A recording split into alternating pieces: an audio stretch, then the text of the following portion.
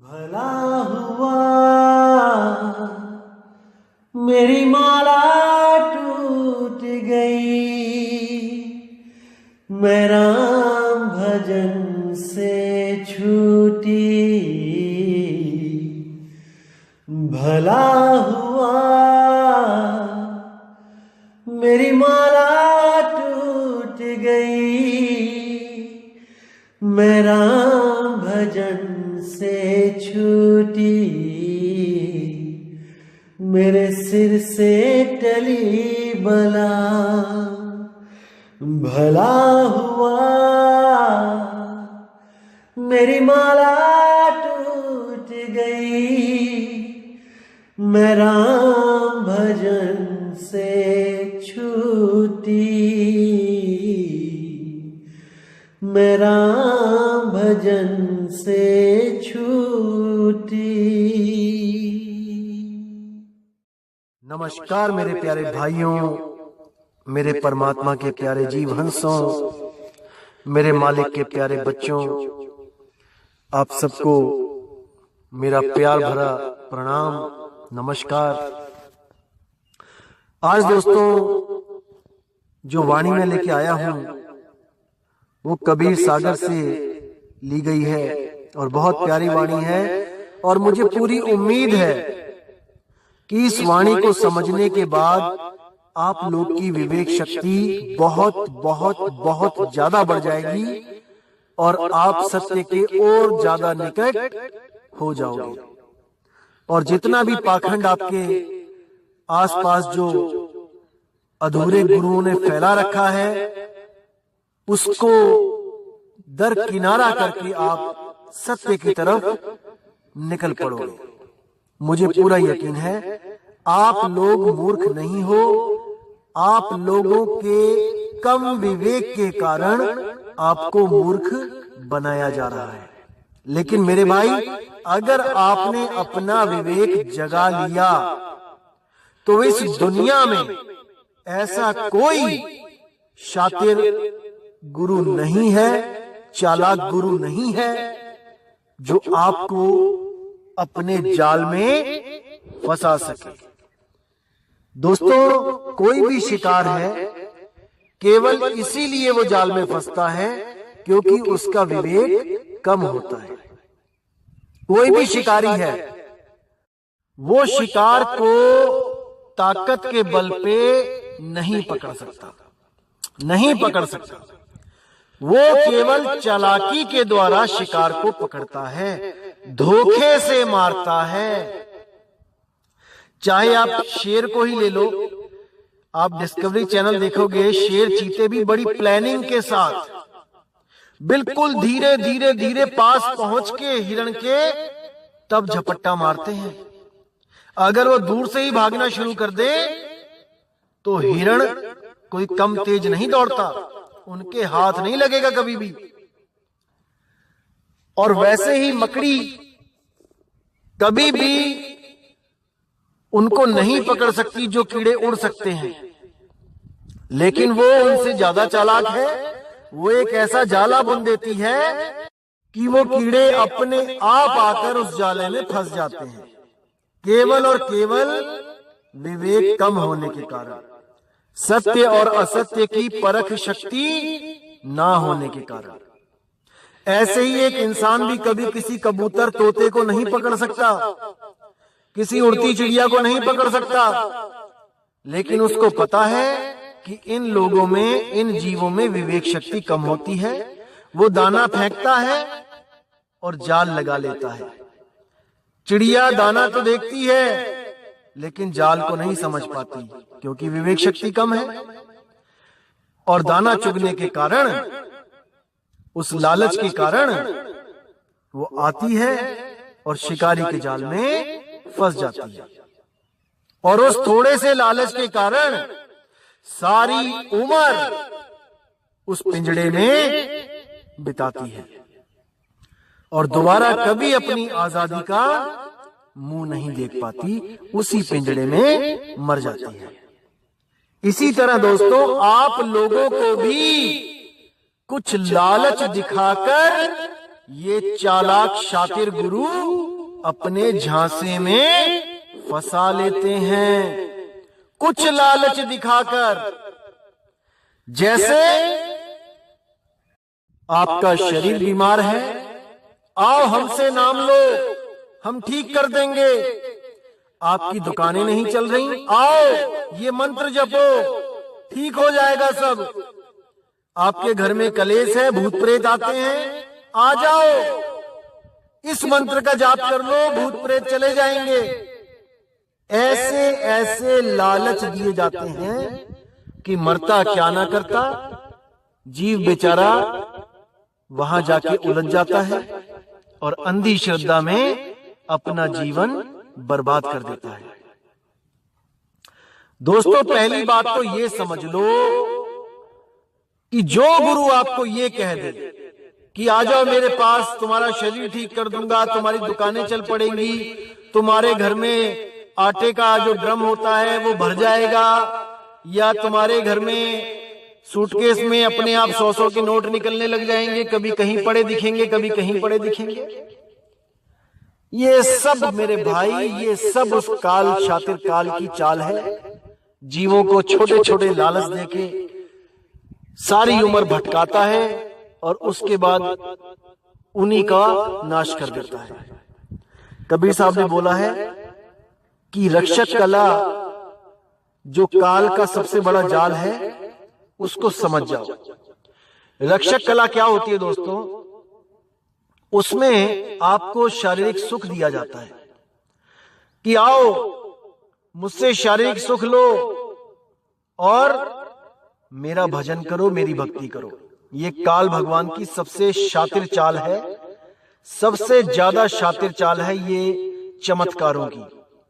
उसने झड़ियां लगा रखी हैं चमत्कारों की, और इन्हीं चमत्कारों में उलझकर जीव उस सत्य नाम से दूर होके उसी के नाम जपता हुआ उसी के मुंह में चला जाता है। ये रक्षक कला के बारे में आप कबीर सागर में पढ़ सकते हैं। मैं इस पे भी सत्संग करूंगा बहुत जल्दी, और सारा कुछ खोल के समझाया जाएगा क्या होती है रक्षक कला, कैसे लोग ठीक होने लग जाते हैं, कैंसर दूर हो रहा है, कैसे किडनियां ठीक हो रही हैं, क्यों हो रही हैं, ये सारा बताया जाएगा आपको। लेकिन आज जो वाणी है वो कबीर साहब की जो अनुराग सागर कबीर सागर में है, आज उस पर विचार करेंगे। तो क्या कहती है वाणी? नगर नपैद पुरुष इक रहयू, ताकर भेद न काहू लहयू। यानी एक ऐसा पुरुष रहता है जो नपैद, यानी जो पैदा नहीं होता, जो सदा से ही है, जिसका आदि और अंत नहीं होता। नपैद, नगर नपैद पुरुष इक रहयू, ताकर भेद न काहू लहयू। निर्गुण सरगुण सब ठहरावे, यानी कोई उसको निर्गुण कहता है, कोई उसको सरगुण कहता है। कोई कहता है परमात्मा निर्गुण निराकार है, और कोई कहता है नहीं, परमात्मा सरगुण साकार है। निर्गुण सरगुण सब ठहरावे, ताके आगे भेद न पावे। सब आपको इसी में उलझाएंगे कि वो निराकार है, वो कण कण में है, वो मिट्टी में भी है, पत्थर में भी है, पानी में भी है, हर जगह है। दोस्तों, यही मूर्खता है। तो क्या कह रहे हैं? निर्गुण सरगुण सब ठहरावे। कोई निर्गुण में उलझा देंगे, और क्या कोई क्या कहेगा कि नहीं नहीं वो सरगुण साकार है, वो सतलोक में बैठा है सत्पुरुष बनके, वो अकय लोक में बैठा है अकय पुरुष बनके, वो अनामी लोक में बैठा है अनामी पुरुष बनके। दोस्तों, ये सब भरम जाल है। निकल आओ इसके चंगुल से बाहर, नहीं तो ऐसी दुर्गति होगी कि परमात्मा भी कोई मदद नहीं कर पाएगा।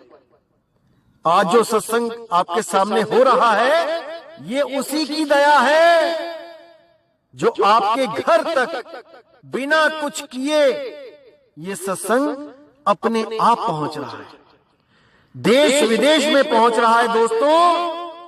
क्या अमेरिका, क्या जर्मनी, क्या फ्रांस, क्या ऑस्ट्रेलिया, क्या सिंगापुर, क्या दुबई, क्या कुवैत, हर जगह से फोन आ रहे हैं और कुछ लोग तो विदेशों से आके नामदान भी लेके जा चुके हैं।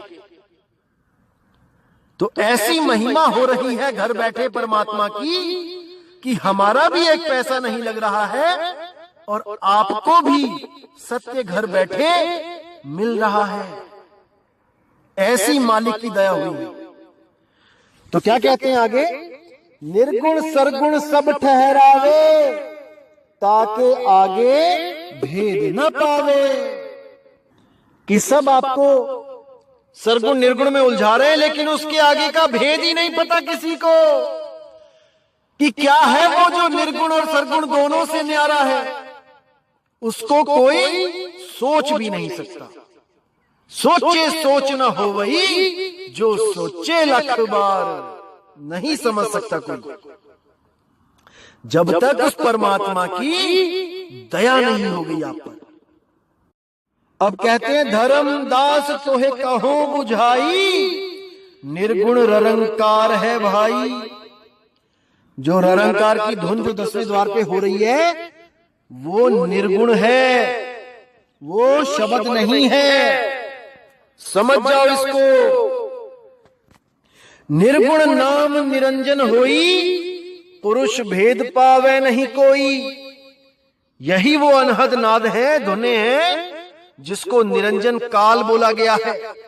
इसी काल की धुने आपको उलझा उलझा के मारेंगे। उससे अच्छा है कि आप सत्य को पक्षपात किए बिना विवेक के द्वारा समझें। क्या कहती हैं ये वाणियां, निर्गुण नाम निरंजन होई, पुरुष भेद पावे नहीं कोई। उस पुरुष का, उस शब्द गुरु का भेद किसी को नहीं पता लग सकता, किसी को नहीं। निर्गुण कहिए सोहंकारा, पुरुष भेद ताहू से न्यारा। जो लोग सोहंग का जाप करते हैं, उसी को निज नाम समझ लेते हैं, उनके लिए बोला जा रहा है कि भैया पुरुष भेद ताहू से न्यारा। उस सोहंग को जप के भी आपको वो परमपिता परमात्मा शब्द गुरु नहीं मिल सकता, नहीं मिल सकता। और कुछ लोग बहुत शातिर कालदूत हैं जो वो कबीर साहब की वाणियों को तोड़ मरोड़ के आपको ये सिद्ध करने की कोशिश करेंगे कि सोहंग ही जपना है, वो अजपा जाप है। कैसे कहेंगे कि सोहम शब्द निरक्षर वासा, ताही भिन्न कर जपिए दासा। इस वाणी को बोल के क्या कहेंगे आपको कि कबीर साहब कह रहे हैं इसको भिन्न कर लो, अलग अलग कर लो। अरे मेरे भाई, भिन्न करने का मतलब तो समझ लो पहले। भिन्न का मतलब होता है एक से दूसरे का कोई संबंध ना रहना, उसको कहते हैं भिन्न। जैसे जल में रहने वाले 5 भिन्न भिन्न प्राणियों के नाम बताओ, तो मेंढक, मछली, मगरमच्छ, कछुआ और ऑक्टोपस, ये 5 ही भिन्न भिन्न प्राणी हैं। इसमें आधा आधा नहीं करना उसको कि आधी मछली जल में रहती है और आधी जल के बाहर। मूर्ख बना दिया इन लोगों ने, मूर्ख।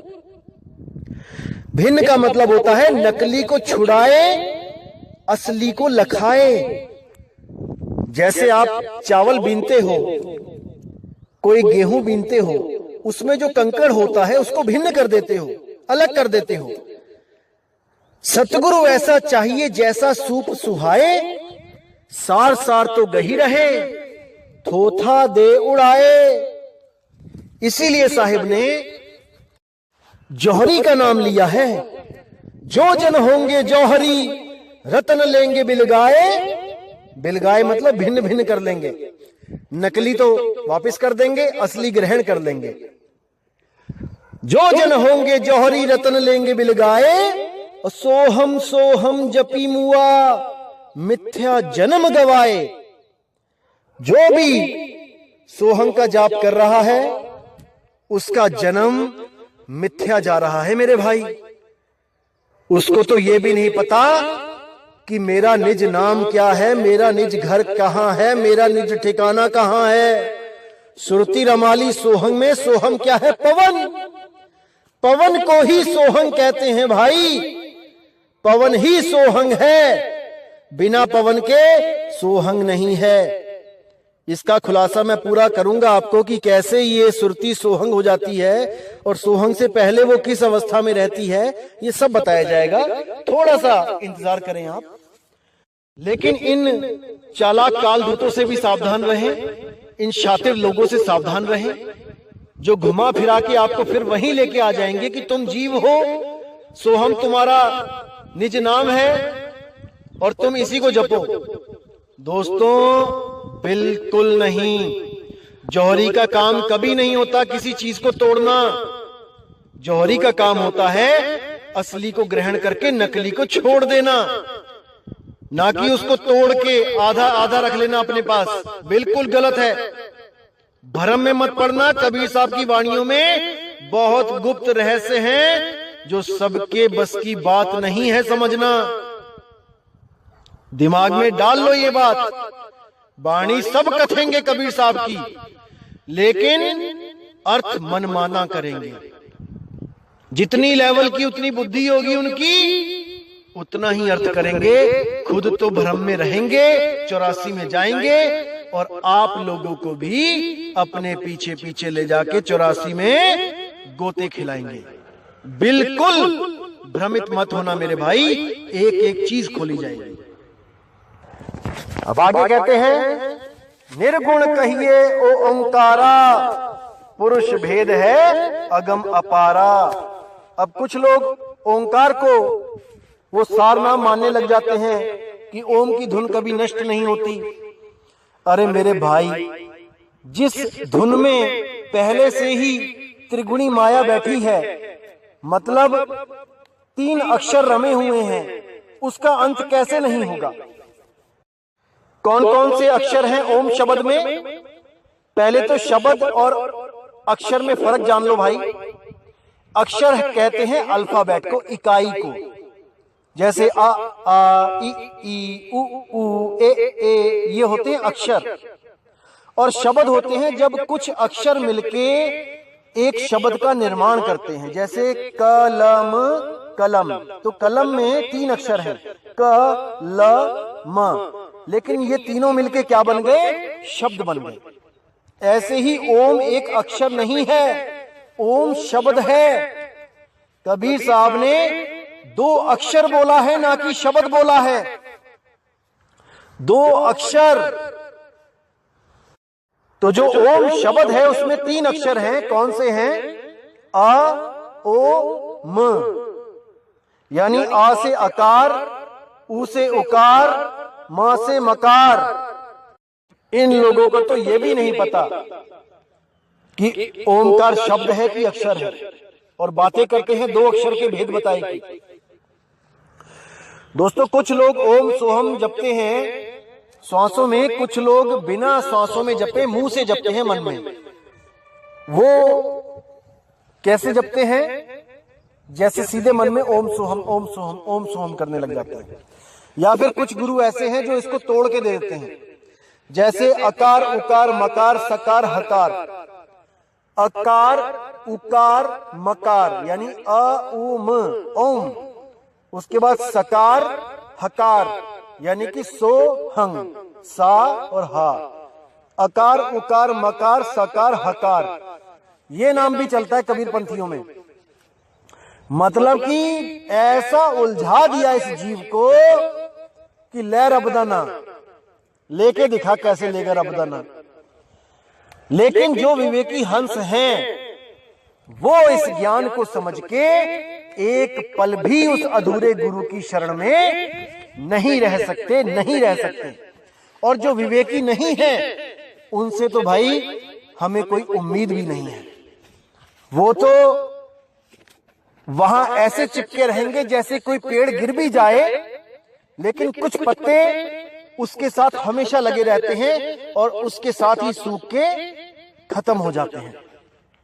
ऐसे अविवेकी शिष्य जो ज्ञान को समझ के नहीं अपने लाभ के लिए जुड़े होते हैं गुरुओं से, कि मेरी दुकान से ही चलने लग गई नामदान लेके, मैं छोड़ दूंगा गुरु को तो कहीं मुझे नुकसान ना होने लग जाए।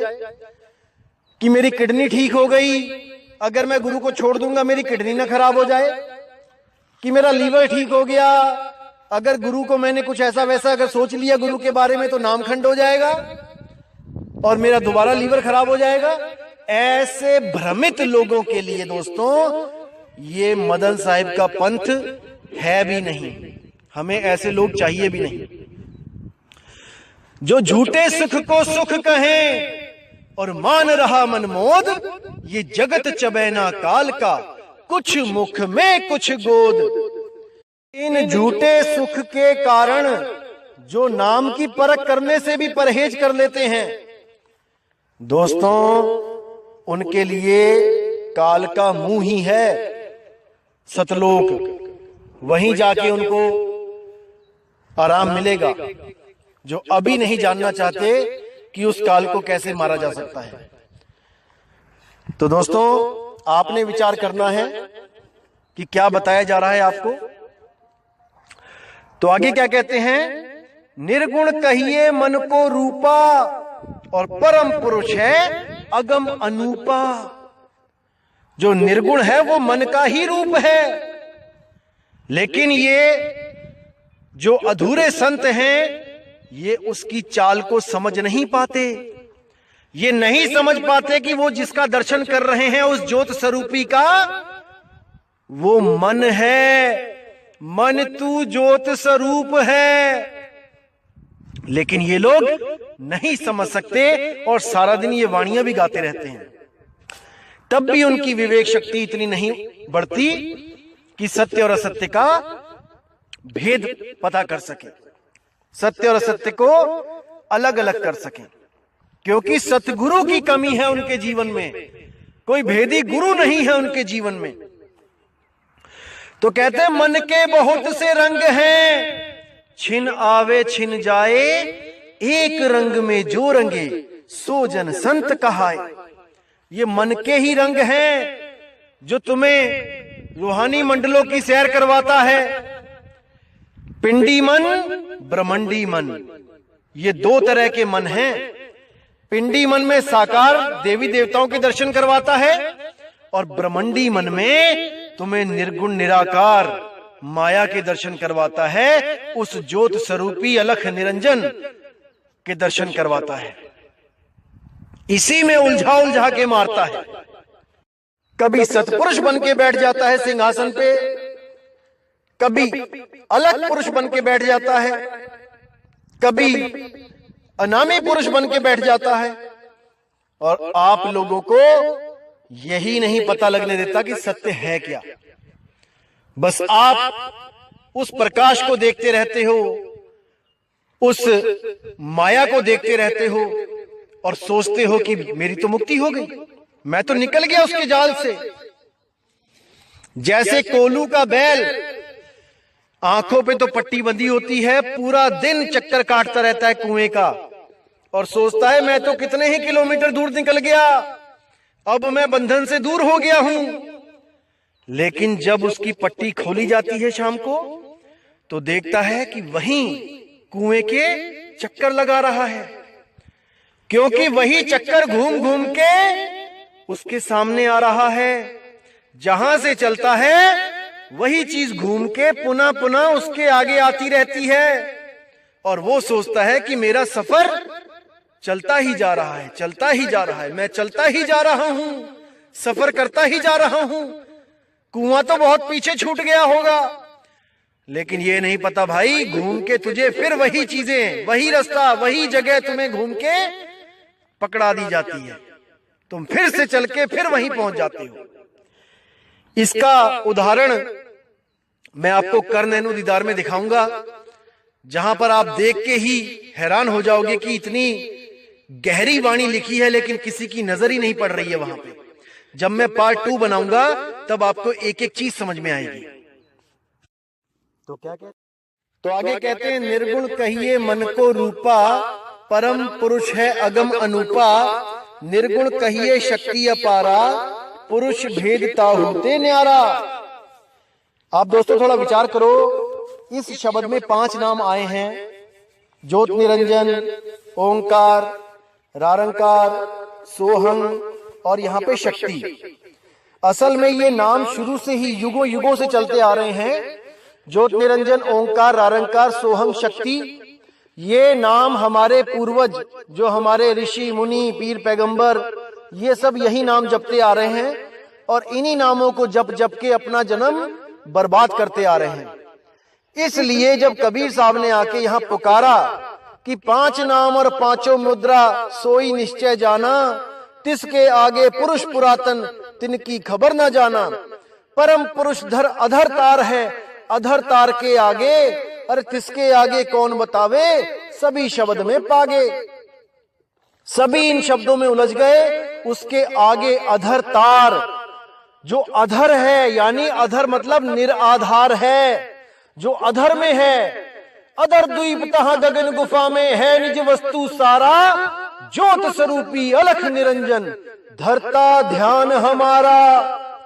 उस अधर तार को कौन जानेगा, जिस पर सतगुरु की दया हो जाएगी, वो इन 5 नाम से न्यारा हो जाएगा।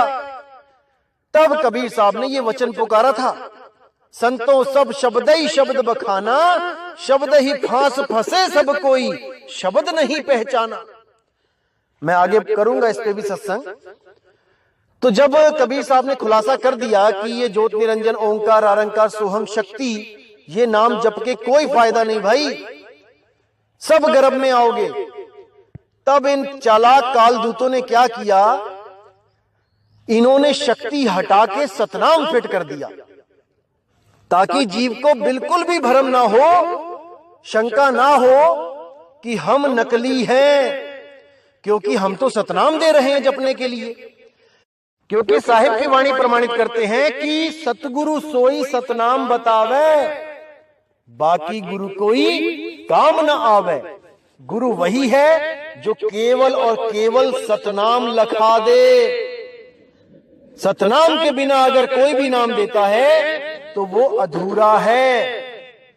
लेकिन सतनाम का मतलब तो समझ लेते। सतनाम का मतलब है सच्चा नाम, कि सतगुरु वो है जो सच्चा नाम दे दे, उस सच्चे नाम के अलावा कोई नाम ना दे। लेकिन इन लोगों ने क्या किया, 4 नाम तो वही रहने दिए और 5वां नाम शक्ति हटा के सतनाम फिट कर दिया और जीवों को भरमा दिया। अब जीव यही सोच के बैठे हैं कि नहीं नहीं 5 रूहानी मंडल हैं, उनमें से पहले का धनी जो है वो ज्योत निरंजन है।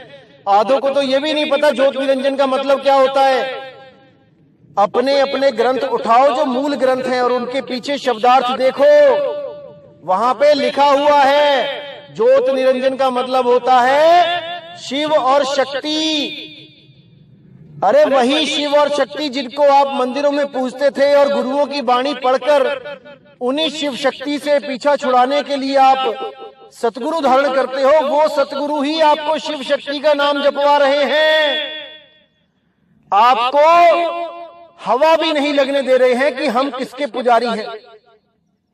दिखावा पूरा करेंगे कि हम मंदिर नहीं जाते, हम शिव की पूजा नहीं करते, हम शक्ति की पूजा नहीं करते, लेकिन नाम तो वही जपवा रहे हो। अरे कान इधर से नहीं तो घुमा के उधर से तो पकड़वा रहे हो। इसीलिए कबीर साहब ने बोला गुरु करो जान के और पानी पियो छान के, बिना जाने गुरु मत करो कि गुरु की साधना क्या है, शब्द क्या है। और ये अधूरे गुरु शब्द देने के बाद आपको बंधन में डाल देते हैं कि बताना मत किसी को, वरना तुम्हें परमात्मा नहीं मिलेगा। देखो चालाकी इनकी। एक तो 52 अक्षरों का नाम जो नकली, और उस नकली को भी ऐसा बना के देते हैं कि भाई ये असली है, ध्यान से रखना। जैसे कोई नकली कांच की अंगूठी को बढ़िया से बढ़िया पैक करवा के, बढ़िया से बढ़िया उसका कवर बनवा के किसी को गिफ्ट कर दे, तो बंदा तो कवर देखता ही रह जाता है, अरे क्या बात है, इतना अच्छा कवर, तो इसके अंदर सामान भी असली होगा। सामान को नहीं देख रहे हैं, वो कवर में ही उलझ जाते हैं। तो इसीलिए कहा जा रहा है निर्गुण कहिए शक्ति अपारा, पुरुष भेद ताहू से न्यारा। अब क्या कहते हैं, पवन काल निर्गुण है भाई।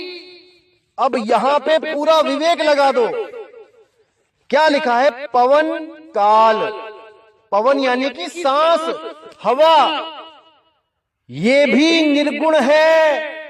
कोई इसको भी पुरुष ना समझ ले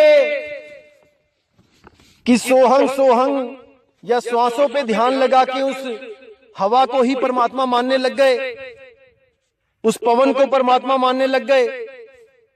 बिल्कुल नहीं। पवन काल निर्गुण है भाई, पुरुष परम पद कहू ना जाई। वो परम पुरुष का जो पद है उसको मैं बयान नहीं कर सकता, वो इस पवन से भी न्यारा है। नजर न आवे निर्गुण सोई, दृष्टि पड़े सोई सरगुण होई। जब तक कोई चीज नजर नहीं आती वो निर्गुण है, और जैसे ही उस पर दृष्टि पड़ जाए वो सरगुण है। निर्गुण सरगुण दोनों से न्यारा, जानेगा कोई जाननहारा। कि निराकार और साकार इन दोनों से परे जो अवस्था है वही परम पुरुष की अवस्था है। आप जब तक अपनी सुरती को इन निर्गुण और सरगुण शब्दों से परे नहीं लगाओगे, जब तक आपको इस जीव अवस्था में ही रहना पड़ेगा। ज्यादा से ज्यादा आप हठ योग करके ब्रह्म अवस्था तक पहुंच सकते हो, इससे आगे आप नहीं जा सकते। कभी निर्गुण में जाओगे, फिर सरगुण में आ जाओगे, फिर सरगुण से निर्गुण में आ जाओगे। यही चलता रहेगा हमेशा हमेशा के लिए। अगर इससे बचना है तो मेरे भाई संतों शब्द साधना कीजिए, संतों शब्द साधना कीजिए। और ये कोई साधना नहीं है कि आपको बहुत बड़ी साधना करवाई जाएगी। इसका मतलब क्या होता है, सुरती समाये शब्द में वाको काल ना खाए। इसको क्या समझना है आपने, जैसे आपके सामने एक हॉरर मूवी चल रही है, भूत प्रेत आ रहे हैं, और आपकी सुरती इतनी रमी हुई है उसमें, टीवी में, उस थिएटर में, कि आपको लग रहा है कि ये तो सच में आ गया मुझे खाने। क्योंकि आप ये भूल जाते हो कि आप थिएटर के उस सीन से, उस टीवी की स्क्रीन से बाहर हो। वो भूत प्रेत चाह के भी आपको नहीं पकड़ सकता, लेकिन आपको डराता है, भरमाता है। इसीलिए बोला गया है सुरत समाये शब्द में। एक जो सतगुरु होता है वो आपकी सुरती को पर्दे से हटा के, टीवी से हटा के आपको चेता देता है कि तू टीवी से बाहर है। अब इसमें कहीं आना और जाना वाला नहीं है हिसाब। आप उस थिएटर के अज्ञान से बाहर आ गए हो, बाहर आ गए हो। अब आपको पता लग गया है कि चाहे कितना ही बड़े से बड़ा खतरनाक से खतरनाक भूत प्रेत क्यों ना आ जाए टीवी में, वो बाहर नहीं निकल सकता, मुझे नहीं पकड़ सकता, क्योंकि उसकी हद केवल टीवी के अंदर ही है। इसी तरह जब आपकी सुरती को 3 लोक से बाहर लगवाया जाता है, तब वो काल वहां नहीं पहुंच सकता। अरे हम जहां रहे काल तहां नहीं, और काल ही जीत हंस ले जाही। तो समझना है मेरे भाई इन बातों को विवेक के द्वारा, परख के द्वारा। तो उम्मीद करता हूं दोस्तों आज के सत्संग से आपको इतना समझ में आ गया होगा कि जो भी आपको कोई निर्गुण और सरगुण की बात करे कि परमात्मा निराकार है या परमात्मा साकार है, इन दोनों से न्यारे हो जाओ।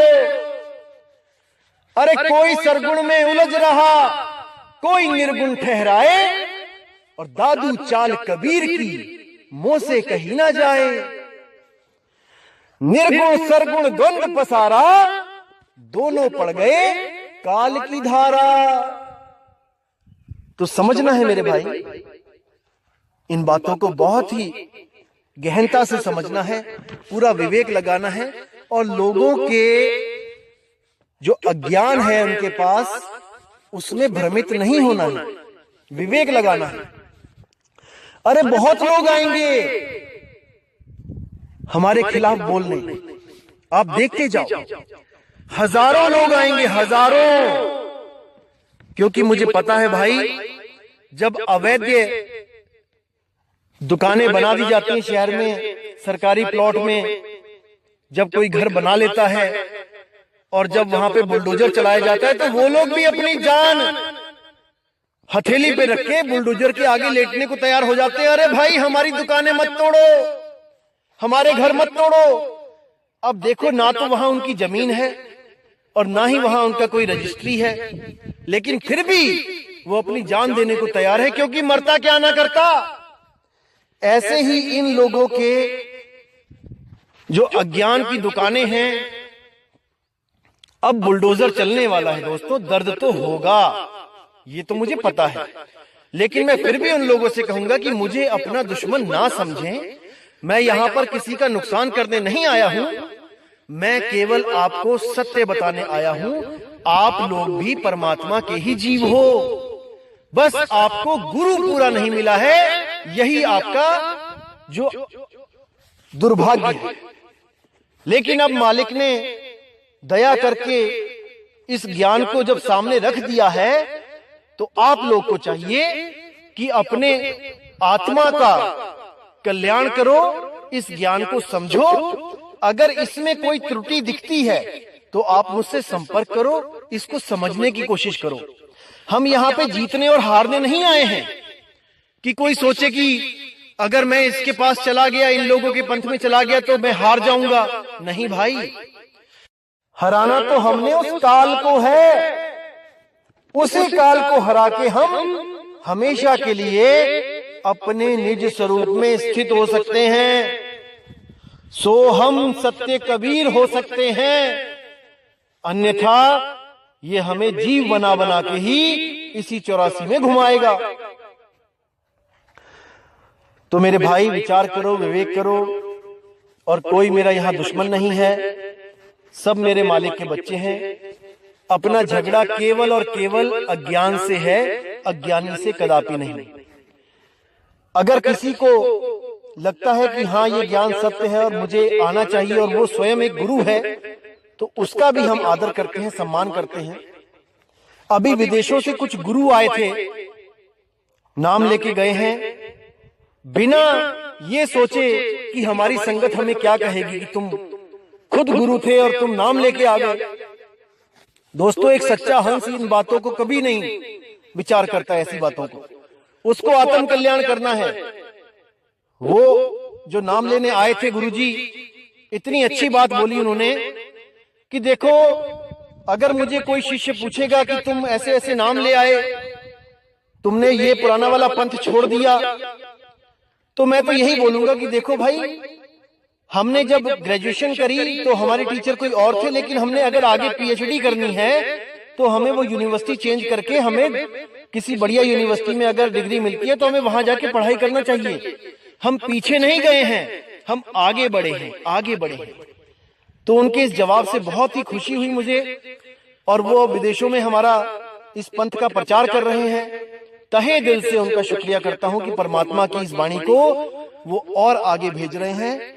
कई देशों में प्रचार शुरू हो चुका है, और दोस्तों वो समय दूर नहीं है जब परमात्मा की वाणी सत्य होगी कि 2020 में घर घर होगा बोध विचार।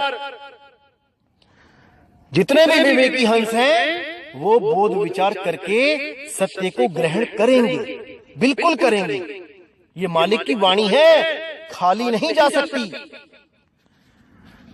तो दोस्तों, अब आपसे मैं विदा लेता हूं और यही अरदास करूंगा मालिक से कि मेरे भाइयों का विवेक इतना बढ़े, इतना बढ़े, इतना बढ़े कि कोई भी मेरा भाई भ्रमित होके इस 3 लोक के चक्कर में फंसा ना रहे, निकल जाए बस यहां से। तो इसी के साथ दोस्तों मुझे विदा करें। जय गुरु बंदी छोड़ वैराग साहिब जी की, जय गुरु बंदी छोड़ साधु शरण साहिब जी की, जय गुरु बंदी छोड़ बाबा नानक जी, गुरु रविदास जी महाराज जी की, जय जय बंदी छोड़ सतगुरु सत्य कबीर साहिब जी की सदा ही जय हो, सदा ही जय हो मेरे मालिक की। साहिब बंदगी सतनाम। तो आगे